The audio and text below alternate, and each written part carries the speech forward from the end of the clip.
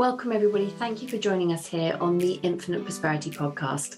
My name is Louisa Havers, and I help high achievers, entrepreneurs, and coaches lift the lid on life and business so that they can live at their highest value. Each episode, we will bring you our favourite founders, CEOs, and guest experts to share with you their insights and strategies to expand your wealth consciousness, your spiritual leadership, and aligned business strategies.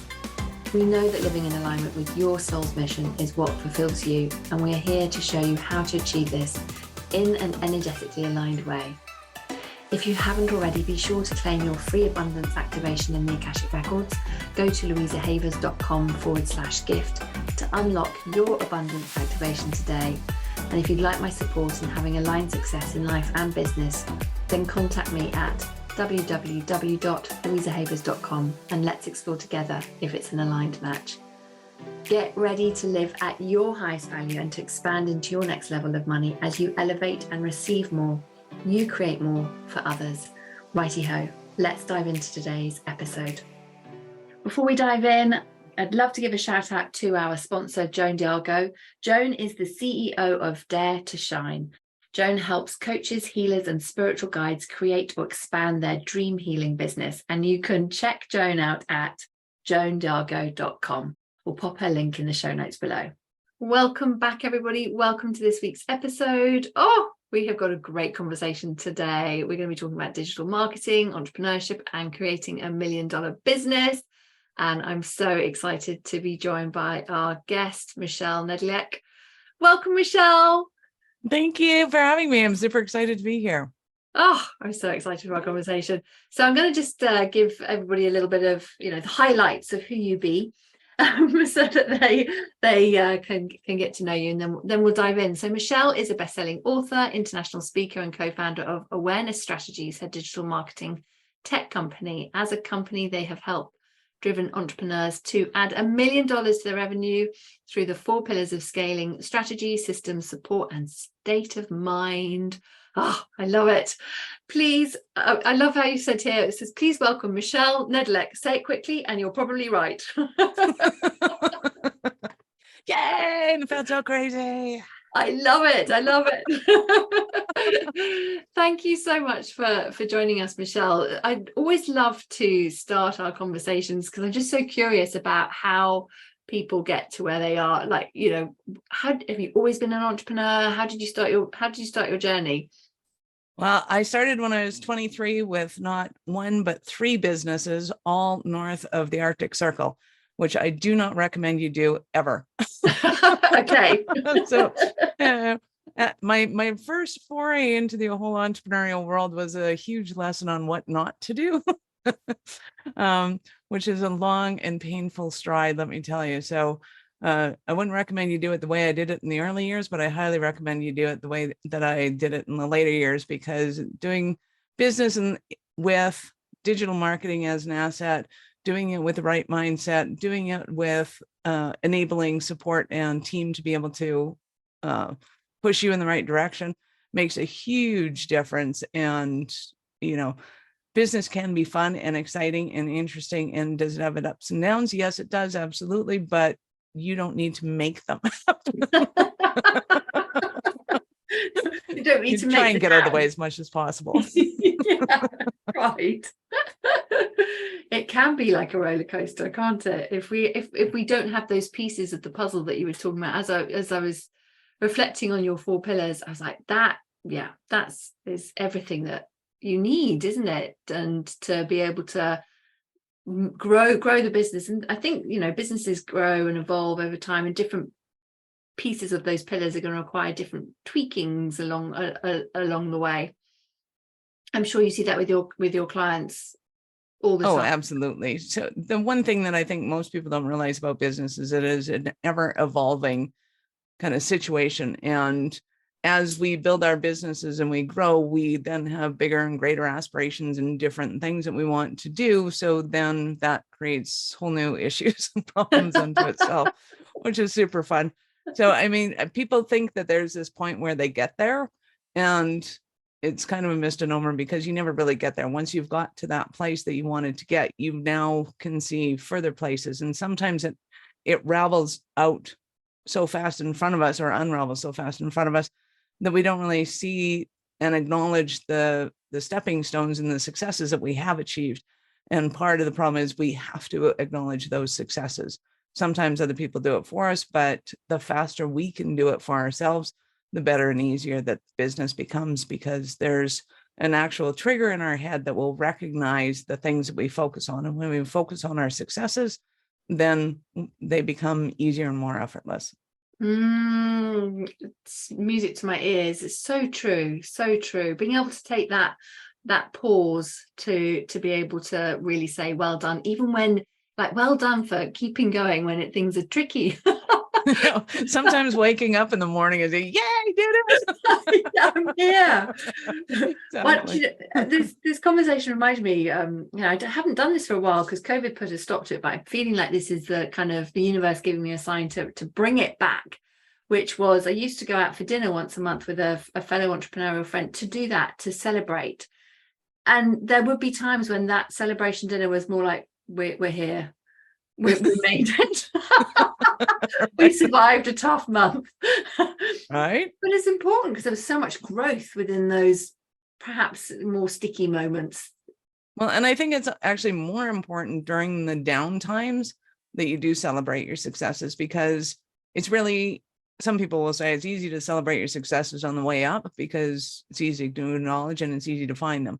Whereas on the way down, and there will be downs. I mean, you look at any financial charts, any given business, there are ups and downs, and that's just the way it goes.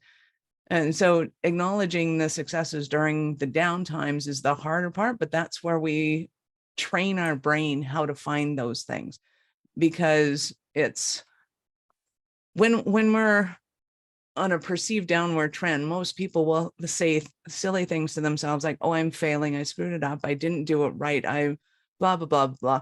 And none of that is true. It's chaos precedes order all the time, every time. It has to. You can't renovate your bedroom without taking all your mattress in your bed and throwing it in the hallway, and you have a complete and total disaster while you go and do things. And then you put it all back together the way you want it, and it's changed and it's gorgeous and it's beautiful in this new state. And you couldn't have got there without creating the dishevel in the first place. So in understanding that as we grow and build, we have to dishevel things to some extent. So it's going to go down. It's going to seem like mayhem. It's going to seem like something went wrong. It's going to seem like, oh, my biggest client quit on me. This sucks. That's 80% of my income. Now everybody's scrambling and losing their minds. And if you're losing your mind in that moment, you don't see the opportunities that exist. And for the most part, those moments of chaos is when the opportunity can come in so that you can recreate the order the way you wanted it to. Because if you're honest with yourself, you probably weren't having a whole lot of fun with that client anyways. They probably weren't having a whole lot of fun with you. And there's a better way to build the business that makes it more fun for everyone. And that as you're succeeding after that point, then it becomes a jumping point. So you go, okay, we got rid of that one, but that's an opportunity for 4 more clients that are paying maybe slightly less, but they're creating more stability and they're a lot more fun to work with. And then you create the systems in place to handle that. And now you can handle 4 more of those, which you wouldn't have been able to do with that one giant client. And that's just an example of kind of the circumstances that we need to be able to see when that's happening. So when we train our brain to see the successes during the times of chaos, we also learn to see the opportunities that exist.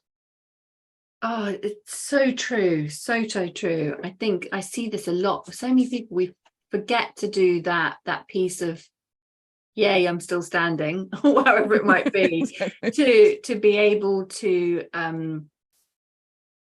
allow ourselves to amplify that feeling of gratitude, because when we're in gratitude, we can then see the opportunities. It's easier to create, isn't it, from that space, rather than the fear that can step in if things aren't going smoothly. Like you were saying, that one of your pillars is the state of mind, which is like, yeah, that's absolutely key to any entrepreneur's success.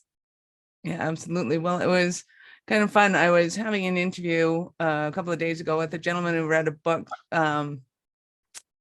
by whoever developed LinkedIn, all of a sudden my brain went poof gone.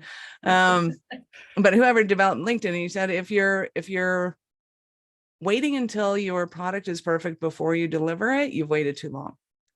And I thought that was brilliant. And I really wish I had heard that, 20 years earlier, because it's that kind of mindset that we can't get on our own without other people who have done it, been there, bought the t-shirt, telling us, hey, the way you're thinking right now, it seems perfectly logical. It seems perfectly logical that you would wait until your systems and your products are perfect to bring them out to the world. But it's not in the business sense. And the problem is that the rules of entrepreneurship are completely 180 from what they were as an employee. So everything that made us successful as an employee will create our failures as an entrepreneur. We have to be able to get rid of those thoughts of, if I do what everybody's expecting of me, I'm going to do it right. I'm going to get 100% on my exam and I get to move to the next level. One, that there's a next level. Two, that there's this external circumstance and it's like, no, that's not the way it works. And you have to start to recognize what are the limits or the boundaries or the assumptions that I have on how to create success, flip them upside down in their heads and go, okay, this is probably what it is.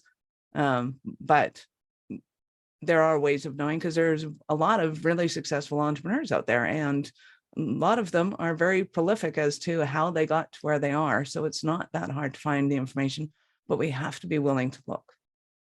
Yeah, that's so true. I love what you were saying around just flip everything you learned from being an employee on its head. That really resonated, because I can remember having those experiences earlier on as when I'd left my employment days and started up my own business, and suddenly realizing things are different, and it didn't quite matter if how you used to have to hand in your reports, as it were, and they would have to be all completely 100% perfect, otherwise your job could be on the line. Whereas your job's going to be on the line, so to speak, if you're not getting out there and putting your big brave pants on and getting on with it. Right. So yeah, even the reports for the clients, done is the new perfect. You have to, it's more important that they have something in their hands than that it was perfect, because you can always go, oh yeah, and on line 28, we discover something else and, scratch that out and put this there. And that's fine. But if they didn't have it in the first place, it would be kind of worse off. So it's deciding what is important and how do you position that client in the first place. So one, if you're not a reports person, find somebody who is, yes, or position your clients such that you're not giving them reports every month. And depending on what you do, you may think that it's important because of the role that you had before, but it might not be important at all. Yeah, that's so true. So true. Tell us a little bit about, your 4 pillars and how you're helping people with scaling, because scaling's it's a buzzword, isn't it? So I'd love to hear your take on this. Absolutely. So first of all, for the semantics, I think it's important to understand that I think there's basically 4 stages of business. One is your startup stage. It's really fun and it's exciting. Nobody knows what's going on. You're throwing things against the wall, seeing what sticks.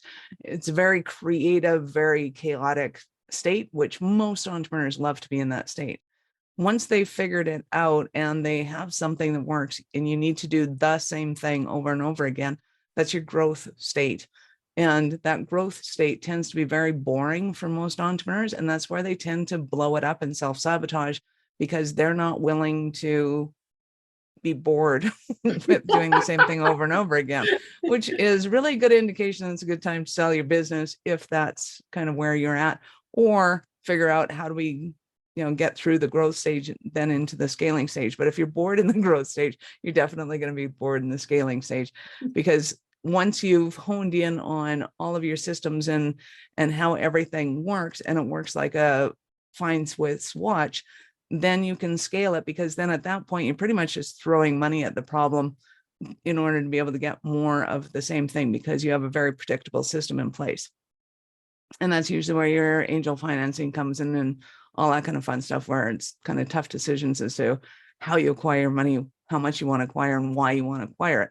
If the purpose is exit, which is the 4th strategy, then it tends to be a lot easier, but there's certain things you got to put in place in order to be able to make that happen.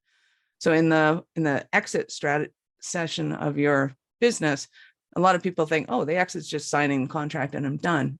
No, it's not. That unto itself can be a 5-year process.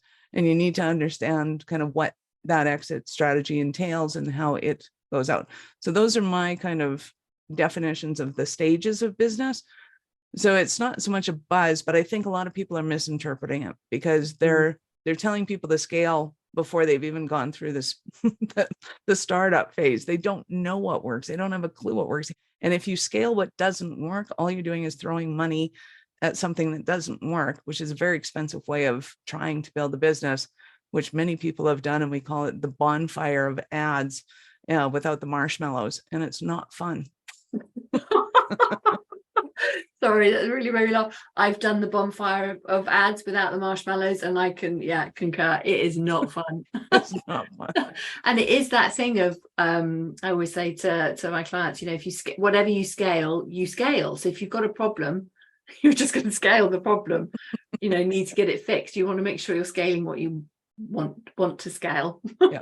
If that makes sense. Absolutely. So I mean, it's easy enough to kind of see when you're looking at it in this light, you start to go, oh, I get it. So this part of my business, this is functioning and this is awesome. We're in the growth stage here. So you can have different aspects of your business being in different stages of business, which is also kind of weird. But when you can see it, it makes it that much easier to understand where you need to focus and what needs to improve, as opposed to going, the business needs to change, because that's a much more difficult way of looking at your issues. Yeah. So you're saying, what I'm hearing is that you're saying you can keep the bits that you love and that are working, and then just focus on the other bits that are perhaps like a bit sticky and need to grow. Absolutely. I really want to ask you, do you have, because I know you work with entrepreneurs, do you have favorite types of entrepreneurs to work with in different types of businesses, or is it everybody? Well, and it's I do have I'm in an interesting kind of juxtaposition, because I do particularly like working with people that have a skill set in some area and just don't understand the kind of the business side of things, but they're super good at what they do. But that can go across the board, from trades to professional services to hospitality to it almost doesn't matter what the industry is, but if they're willing to look at their business as somewhat pragmatic and, what are the practical things here, even if you hate the practical aspects of things, then it can be a lot easier to be able to understand that, oh, this is just a change I need to do in my business. This isn't a statement about me or who I am as an individual. It's just business. And being able to look at it from that angle and being able to play with it like it's a game and shuffle a few things around makes it a lot easier to be able to make quick impact on the business. At the same time, we do have a lot of fun with our more creative individuals who really like to just get out there and finger paint and do whatever. It's like, and I don't want any of the pragmaticness of business, and that's okay, but you got to let me do the pragmaticness of the business then. It's like, and usually they're pretty good with that. So we have a lot of fun there too. Someone's got to do it, haven't they? Exactly. So I'd love to know, so we've got the strategy, systems, support and state of mind.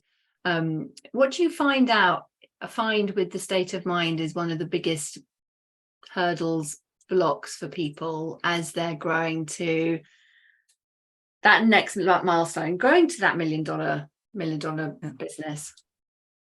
Well, and a lot of times, first off, it's the plan. They don't have a plan to get there.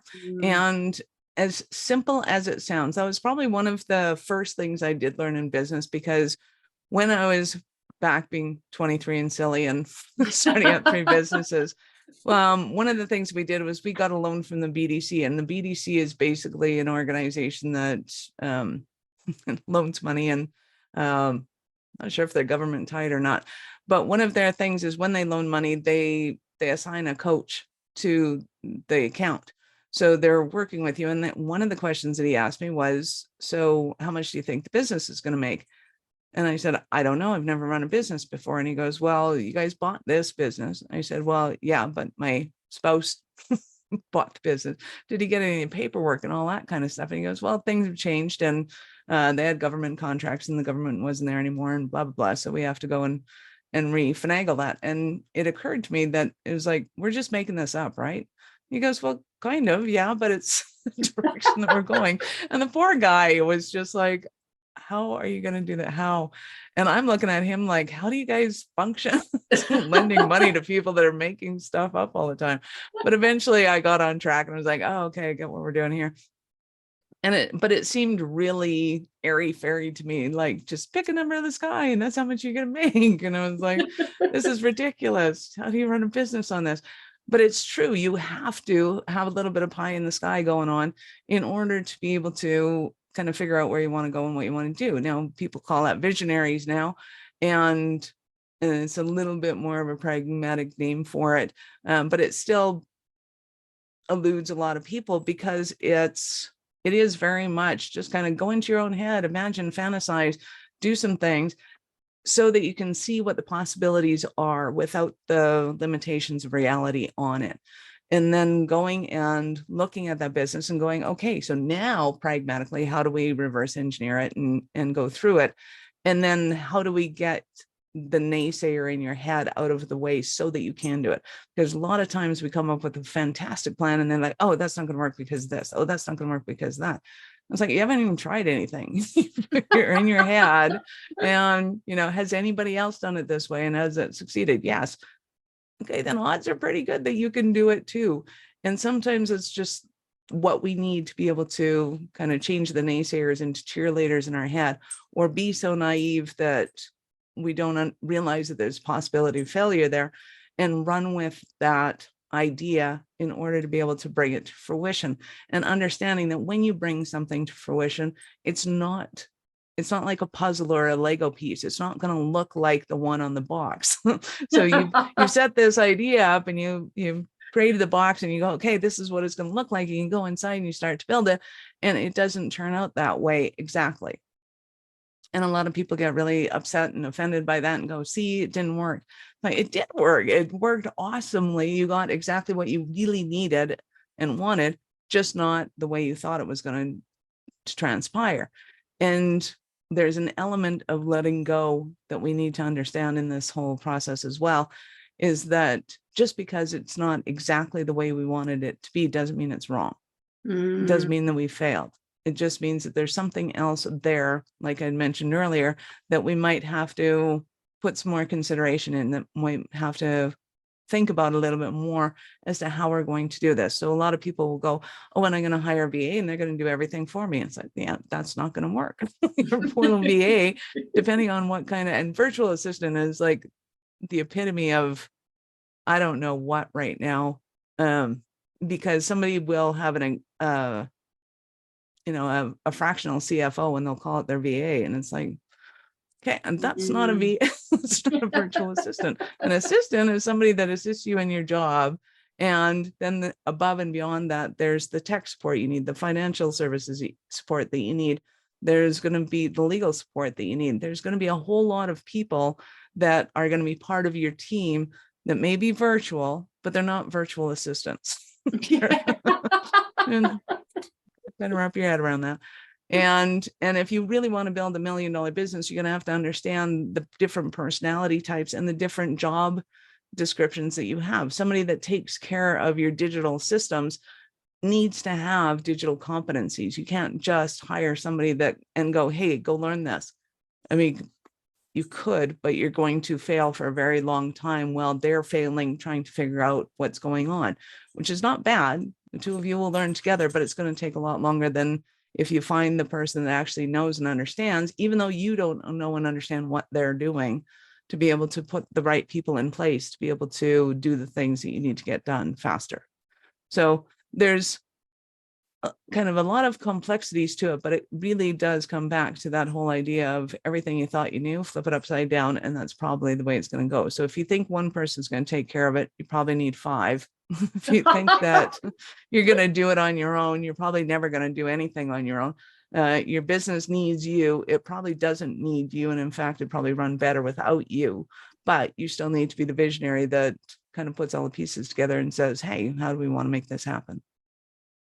Oh, Michelle, you make me laugh. This is just brilliant. Absolutely brilliant. It's so true, as I'm sure the listeners are chuckling along as well, because as you were sharing that, I was like, yeah, I think as I think about my journey to the growth that we've created so far, there have been so many things that have evolved in different ways to what I thought that they would. And one of the things I am grateful for is from the experience I had when I was an employee, but I was building businesses within the business, if that makes sense, because I was commissioning services and all those lovely things and running operations. And so I was like, this was really good stomping ground for being an entrepreneur. Yes, they are. And a lot of people misconstrue that too and think that everything they did as an employee is now done and now they have to do something completely different. Mm-hmm. That's not true at all.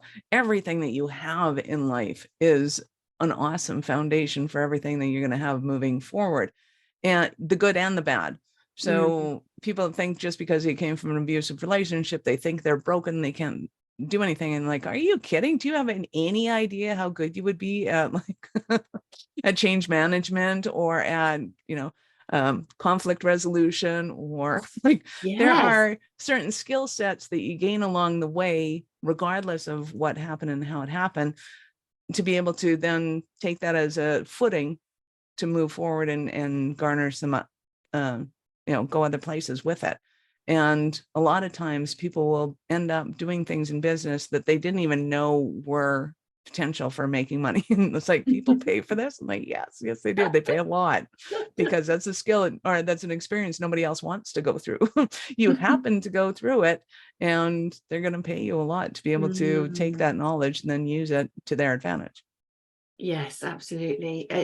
You're reminding me of something that I speak about a lot, which is, the obstacle becomes the way, where you're able to then, turn all those experiences that might have been very, very painful, to be able to make an impact and help other people. I would love to know, I'm sure you kind of, some of this might feed into this anyways, but just thinking about, everything you've kind of shared, what would you say are the top 3 things that you think entrepreneurs need to know to be able to grow to creating that $1 million business? Absolutely. One is that you have what it takes to be able to do that. That's primary. Absolutely. You need to know that, like, it is solid, plant that flag on stone and know that you have what it takes to be able to do that. 2, creativity and the pragmatic aspect of life is kind of the art and science of business, which both are fantastic. And whatever kind of attributes you have and that you bring to that table are perfect. And, you can find somebody else that complements you, or you can figure out how to do the other side of it. Neither one is better than the other, and just be able to play with it. And 3rd, keep going when you think that you should stop. Cannot tell you how many times at the 11th hour. So it's kind of funny. So, and maybe it's just because that was one of my things, was to stop just at the 11th hour. My partner and I went climbing Mount Kilimanjaro, and we were in the last leg of the journey. We start at midnight and we climb up this straight up almost to the peak. The ridge at 6 o'clock in the morning, so you can see the sun come up, and it's gorgeous and epic. But we had to climb up this gravel that you climb up once, slide down, climb up, slide down, climb up, slide down. We're doing this for 6 hours. And after about, 5.5 hours of it, I'm like, okay, I'm done. I'm sick of this. I'm not getting anywhere. It's pitch black, like pitch black. You can't see 2 feet in front of you. And it felt like I was getting nowhere, because the entire time there was lights above us and lights below us, because everybody's got the lights on their head so that they can see the ground where they're walking. See the gravel. And so 5.5 hours of this kind of stepping up and sliding down, step up and sliding down. I felt like Sisyphus, just doing the same thing over and over again. And I was done. And Brad looks at me, goes, "You did not drag me halfway around the planet. Stop now." I went, well, that's true. What am I going to do? Go back and sit and wait for him to finish and tell me what it was like? That's not going to happen. They're like, oh, okay. Yeah, well, we'll do this. And poor Sherpa's like, and we go? And I said, yeah, and we go. So we go, and we kept doing the thing, and it was fine. We get there to the top, and we do all the celebrations and all the stuff coming down. And I realized how often I do that in business and everything. Is like, if I had just waited, that one more thing, that little push to the end. And the problem is oftentimes I can't see my end, but I need to find somebody who can see my end to be able to go, okay, am I like trying to feed a dead horse, or like, or are we doing something here? And to be able to get that feedback from somebody else is paramount to keep pushing when you think there's nothing left in the gas, and knowing the difference between when it's really time to quit and when it's time to push harder to the finish line. And that is a crucial area that will cost a lot of money if you don't get that assistance to figure that one out. So true. Such wisdom coming from you, Michelle. Because we can spend so much energy kind of staying in that inertia, trying to kind of figure something out if we haven't got that guidance. Right. Or fear will drive the decision rather than being able to make that assessment, if you like. Oh, I could talk to you all day. Do let our listeners know where can they find you, come into your world, get all your things, hang out with you. Awesome. Absolutely. So the LinkedIn is obviously a great one, but I would love to give your audience a gift, if that's all right. Thank you. Yes, please. Good. So it starts off with going to the Stop the Leaks, which is a little bookmark that you can print off, obviously, if you're somewhere else around the world. And just a little reminder of 7 areas in digital marketing where people are losing money, because oftentimes traditional marketing is referred to as compared to Italian cooking. As long as you have some awesome fresh ingredients and amazingness, you can put together an amazing dish. Whereas digital marketing is kind of compared to French cuisine, where if you stir it just a little too long, or you have it at the wrong temperature, everything goes and die. So it is miserably frustrating when you're doing it wrong, but when you do it right, it is epic and awesome. So just making sure that you have some of these things in place. So we go through the 7 common areas where business owners are leaking money in their digital marketing. And from there, you'll get another link where you can get the PDF, which breaks it down even further, and you can understand a little bit more of what's going on. And from there, you'll get invited to a monthly masterclass that I'm doing on different areas to be able to understand a little bit more about digital marketing and business and growing your $1 million business. And you'll also get a chance to ask Q&A questions at that. And at the end of that, I'll have opportunities for you, depending on where you want to go with it. Oh, awesome. So, yeah. Thank you so much. I think everyone's going to be like, right, how do I download that? So we'll pop the link in the show notes for all the platforms so that people can grab that. It's so generous. Thank you so much. Absolutely. Thank you for joining me, Michelle. It's just been a joy to have this conversation with you, to hear more about all your wisdom and anecdotes and all the things, just really bringing it to life. So thank you. Awesome. Thank you for having me. I had a great time. It's awesome. Thank you, everybody, for joining us. Until next time, we will see you all very soon. Sending you all lots and lots of love. Thanks for listening to the Infinite Prosperity Podcast. And if you like what you've heard and want to know more, please go to louisahavers.com. We just appreciate you so much. So thank you for listening and hanging out with us. If there's anything that we can do for you, you can email us at louisa@louisahavers.com. Let my team know if you have any ideas for shows that you'd love to hear or topics you want me to talk about. Really looking forward to hearing from you. All right, that is it for this week, everybody. Thank you so much for joining us for today. Looking forward to connecting with you again. Until next time, namaste.